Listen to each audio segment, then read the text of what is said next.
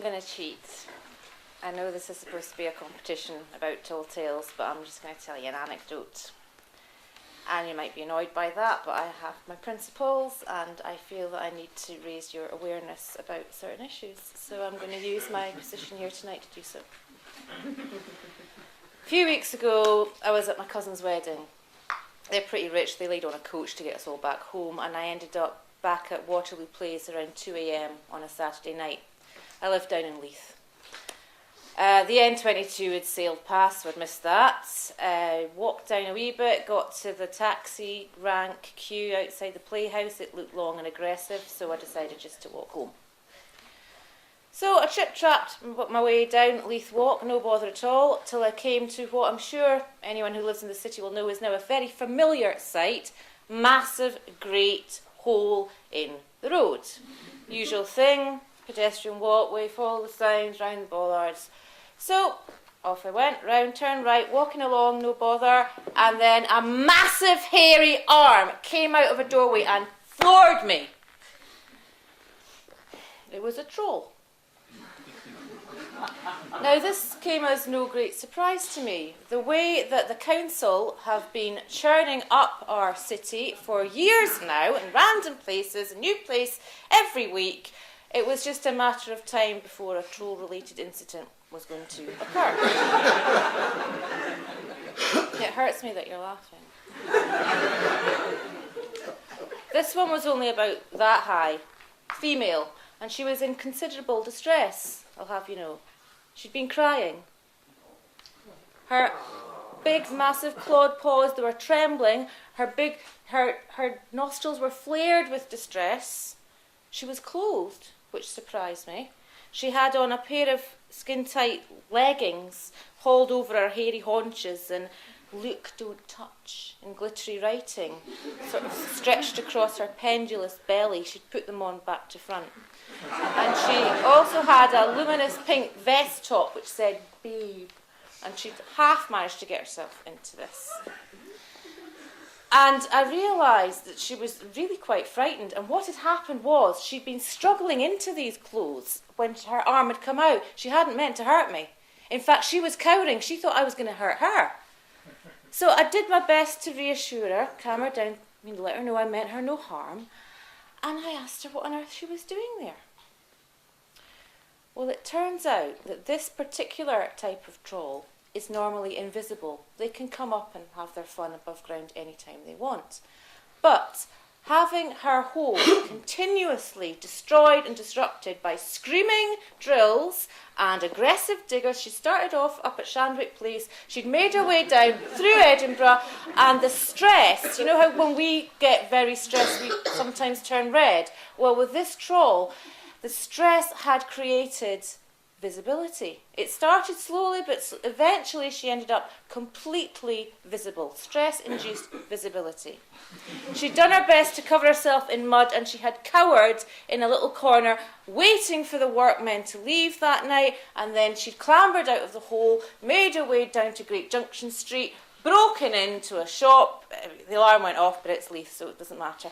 And she had time to choose some selected items of clothing, had scurried off into a doorway to put them on, and that's when, where we get to. That's where I'd come in. No, what do? She said. Well, I did my best to calm her down. I said, well, have you been above ground before? She said, yes, but only when invisible. I said, okay, wait. I live nearby. Let's get you home. Because she was trembling. She was in a right state.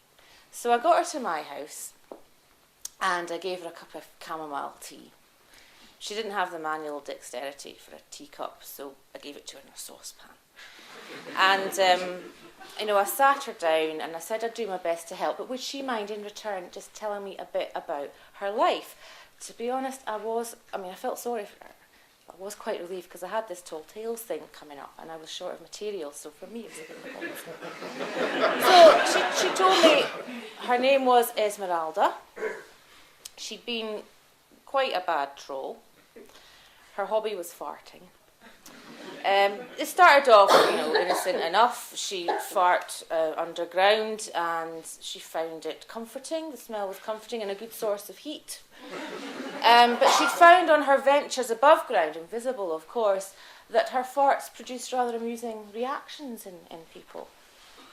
And she'd got a little bit malicious with this. She'd get onto a 22 bus on a hot sunny day and fart away.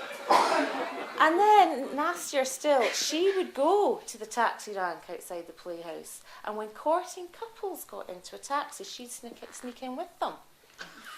Serious fartage emitted. And, budding romance is quashed. I felt like chastising her, the love that she may have prevented from ever happening, but I didn't want her to feel censored, and as I said, meeting a troll is gold dust to a storyteller. So that was all fine. But so she said, "Well, look, can I stay here?" And then she farted. Now, she didn't have any control over it anymore. It wasn't a choice. It was again induced by stress, and the stench was atrocious. I can handle it, because I live near Leith Links and we have Seafield sewage works, so I've got used to the smell. But I still didn't want to live with that kind of fume for any length of time. And she said, "Well, can I just stay until the council stop digging things up?"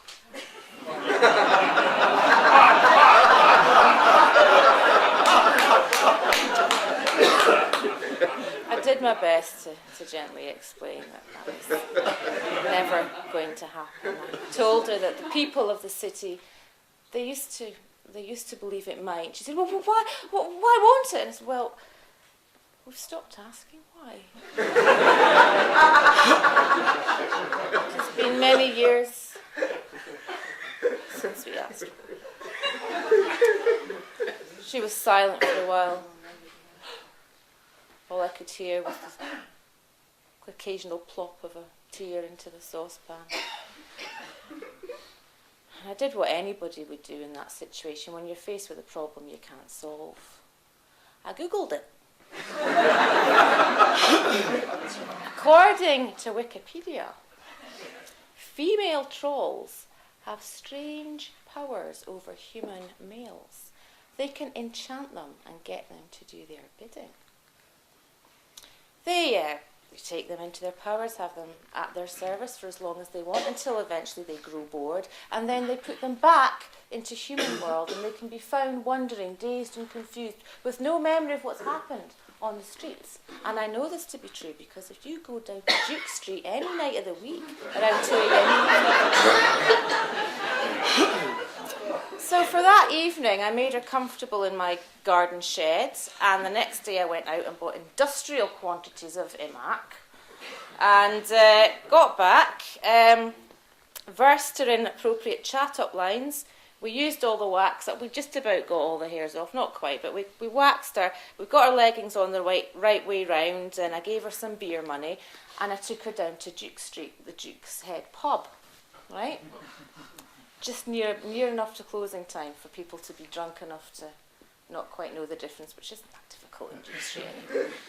And I just waited outside the door to Tesco, pretended I was texting, and just waited to watch. And I could see through the window that it didn't take her long to find a mate. Well, they staggered out, and I thought, brilliant, she's found someone, she'll be fine.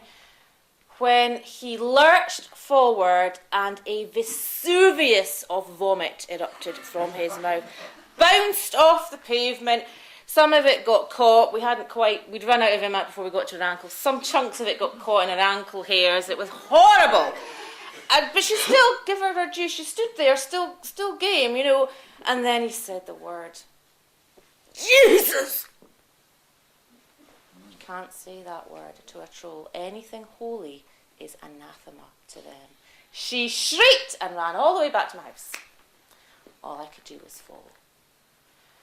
So we sat there, and we had to think what could be done, what on earth could be done.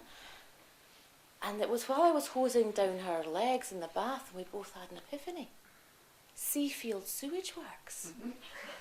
The smell would comfort her, and there's no security, because who want to break in?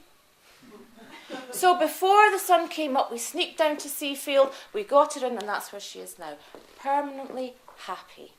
And slowly her invisibility is returning. She's got invisibility in one nostril and both legs and half an eyebrow.